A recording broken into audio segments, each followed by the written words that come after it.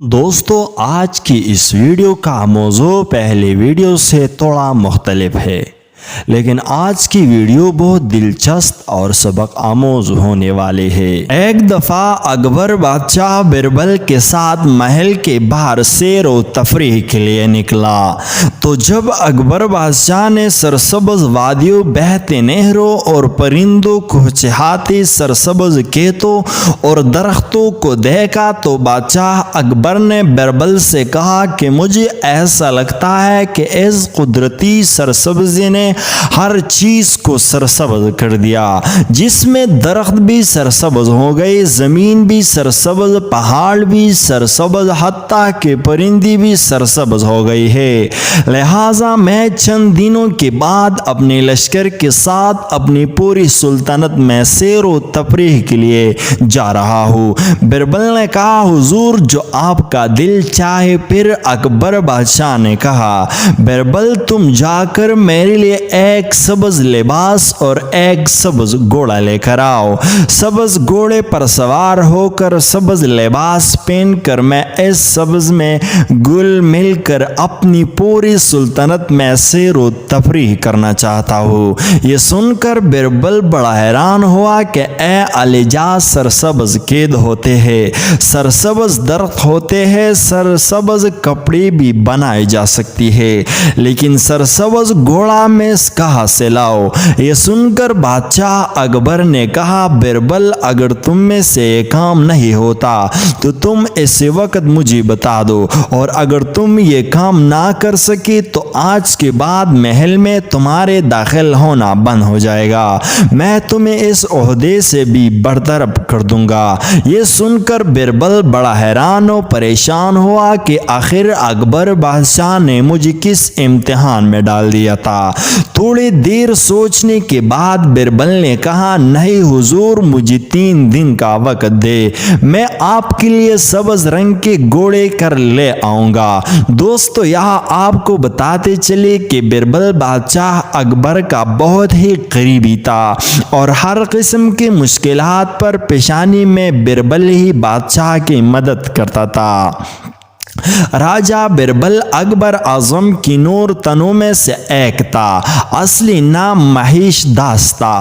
وہ ایک ہندو برہمن تھا۔ ذات بھارتی بربل بہت ہی عقل مند تھا۔ اکبر بادشاہ واپس محل میں لوٹ آیا اور بربل کو اب یہ سوچ ستانے لگی کہ اگر میں سبز گھوڑا ڈھونڈ کر نہ لایا تو اکبر بادشاہ مجھے محل سے نکال دے گا، اور اگر میں ڈھونڈنے بھی جاؤں تو مجھے سبز گھوڑا کہاں ملے گا۔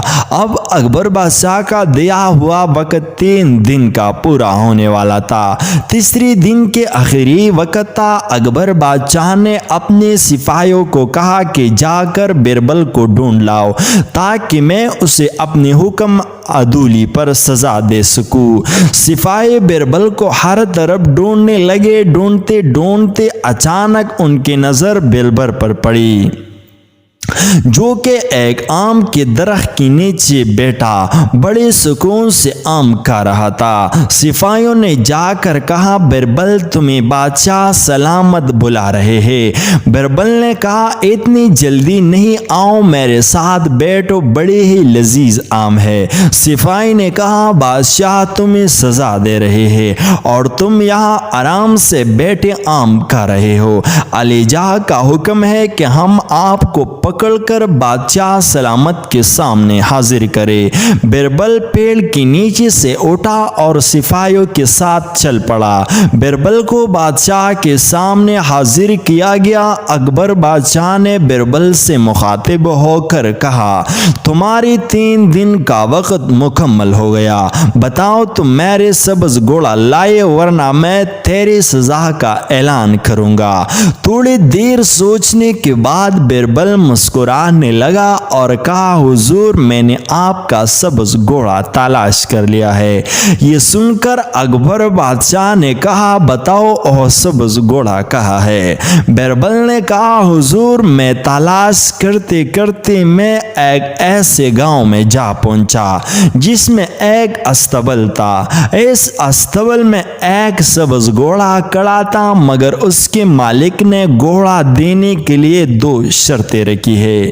بادشاہ نے کہا تم نے اسے یہ نہیں بتایا کہ اکبر بادشاہ کی خواہش ہے؟ بیربل نے کہا میں نے اس سے بتایا لیکن اس نے کہا کہ ان 2 شرطوں کے علاوہ میں آپ کو کبھی بھی گھوڑا نہیں دے سکتا۔ یہ سن کر اکبر بادشاہ نے کہا بتاؤ اس نے کون سی 2 شرطیں رکھی؟ بیربل نے کہا حضور اس نے کہا میرے پہلی شرط یہ ہے کہ اکبر بادشاہ خود میرے پاس آ کر گھوڑا لے جائے گا۔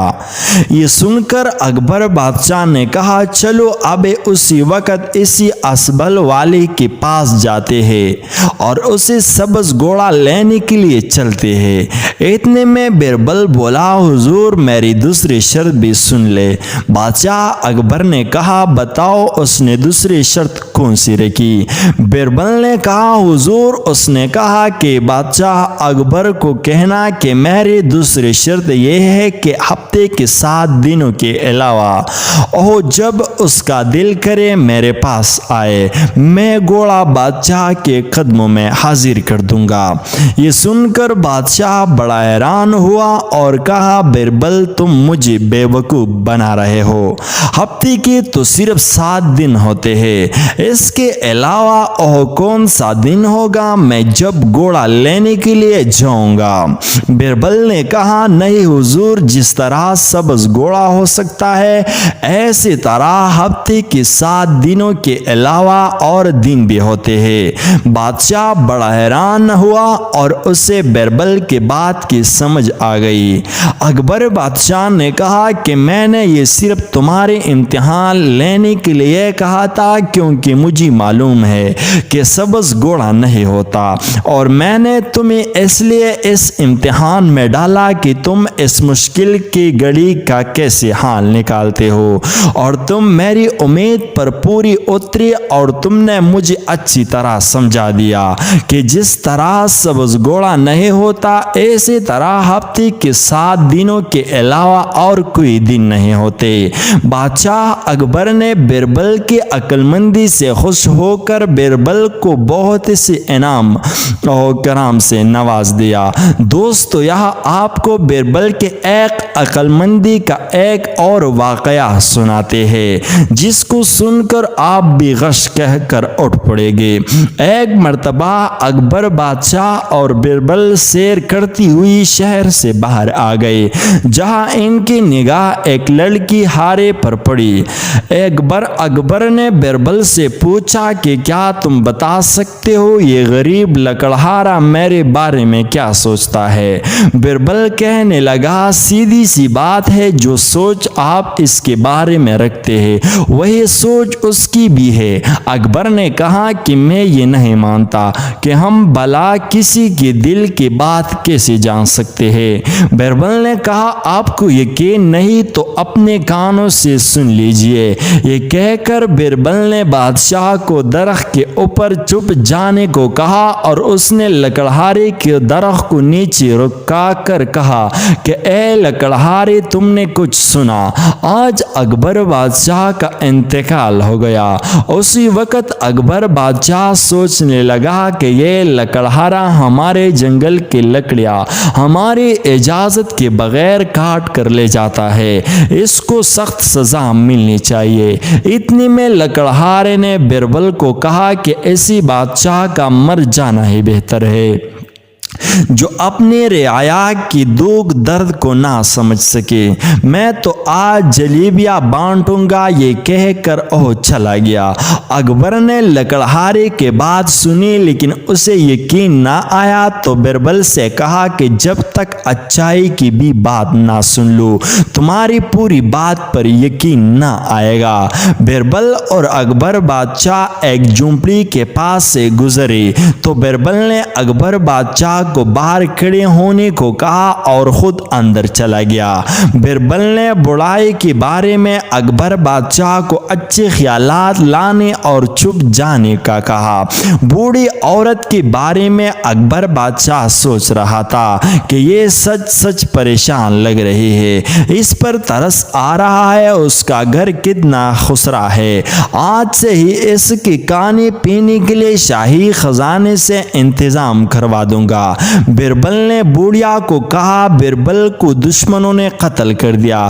جب بوڑھیا نے بادشاہ کی موت کی خبر سنی تو بوڑھی عورت یہ خبر سنتے ہی دہاڑ مار کر رونے لگی اور کہنے لگی کہ یہ کیسا غضب ہو گیا، ایسا رحم دل بادشاہ کہاں ملے گی، وہ اپنے رعایا کا کتنا خیال رکھتا تھا، ہندو اور مسلم دونوں اس کے آنکھوں کے تارے تھے، اس کے بدلے اللہ میری جان لے لیتا۔ یہ سن کر اکبر بادشاہ بربل سے بڑا متاثر ہوا اور اس بوڑھی اماں کو دل سے دعائیں دینے لگی۔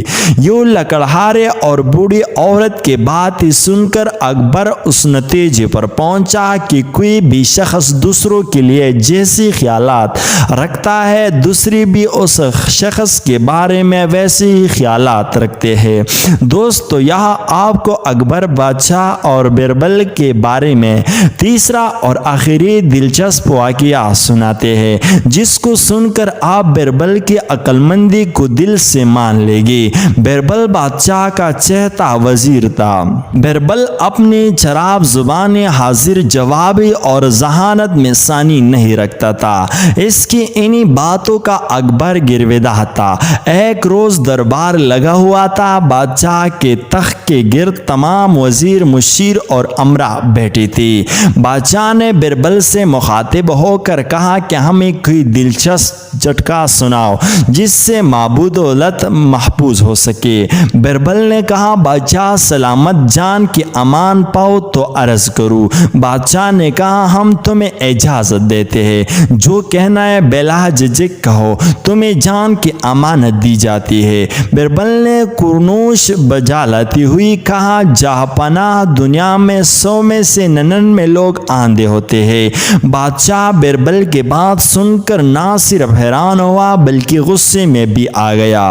اس نے غیظ و غضب کے عالم میں بربل سے کہا اپنی بات ثابت کرو ورنہ ہم تمہیں اس بدزبانی کی کڑی سزا دیں گے۔ بربل نے کہا میں آپ کے حکم کی تعمیل میں اپنی بات سچ ثابت کر کے دکھاؤں گا، مجھے ایک دن کی مہلت دی جائے۔ بادشاہ نے اسے ایک دن کی مہلت دیتی ہوئی کہا کہ اگر تم اپنی بات سچ ثابت نہ کر سکے تو تمہیں سولی پر چڑھا دیا جائے گا۔ اگلے دن بربل شہر کی مصروف سڑک پر بیٹھ کر پالنگ بنانے لگا اور ایک آدمی کو اپنے ساتھ رجسٹر اور قلم دے کر بٹھا لیا۔ اسے حکم دیا کہ اس رجسٹر میں ایک وراثت آندھوں کی تیار کرے، جبکہ دوسری دیکھنے والے کے بربل اسے حکم دے کر چارپائی بنانے میں مصروف ہو گیا۔ لوگ وہاں سے گزرتے اور اکبر بادشاہ کی وزیر کو چارپائی بنتے دیکھ کر رک جاتے۔ انہی میں سے ایک آدمی بربل کے قریب آیا اور اس سے پوچھا بربل یہ کیا کر رہے ہو؟ بربل نے اپنے معاون کو ہدایات کی کہ اس کا نام آندھوں کی پراست میں درج کرو۔ جب اس کا نام اندھوں کی پراست میں درج ہو گیا تو اسے جواب دیکھتے نہیں چارپائی بنا رہا ہو۔ اسی طرح لوگ بربل کے پاس آتے رہے اور اس سے اسی قسم کا سوال کر کے اپنے نام آندھوں کی پراست میں لکھواتے رہے۔ آخر میں ایک شخص آیا جس نے بربل سے سوال کیا بربل خیریت تو ہے، تم چارپائی کیوں بنا رہے ہو؟ بربل نے اپنے معاون سے کہا اسی شخص کا نام دیکھنے والوں کی فراست میں لکھو۔ اسی دوران وہاں سے بادشاہ اپنے قافلے کے ساتھ گزرا گزرا، اس نے بیچ سڑک پر بربل کو چارپائی بنتے دیکھا تو اسے بہت حیرت ہوئی۔ وہ اپنے گھوڑے سے اتر کر اس کے قریب آیا اور پوچھا، بربل کیا کر رہے ہو؟ بربل نے معاون کو بادشاہ کا نام بھی آندوں کی فراست میں لکھنے کی ہدایت کی۔ اس کے بعد اس نے بادشاہ سے کہا، علی جان، میں آپ کی حکم کی تعمیل کر رہا ہوں، فراست دیکھ کر لیجئے، اس میں آپ کا نام بھی شامل ہے۔ یہاں سے گزرنے والی سبھی لوگ دیکھ رہی تھی کہ میں چارپائی بنا رہا ہوں، مگر انہیں اپنی بصارت پر یقین نہیں آ رہا تھا، گویا آندھی تھی۔ اس لیے مجھ سے سوال کرتے کرتے بربل کیا کر رہے ہو؟ ان کا نام میں نے آندوں کی فراست میں درج کروا دیا۔ صرف ایک شخص آیا جسے اپنی بصارت پر یقین تھا، اس نے مجھ سے بے تکا سوال کرنے کی بجائے چارپائے بننے کی وجہ پوچھی، جس کا نام دیکھنے والوں کی فراست میں لکھا ہوا ہے۔ بربل نے مزید کہا،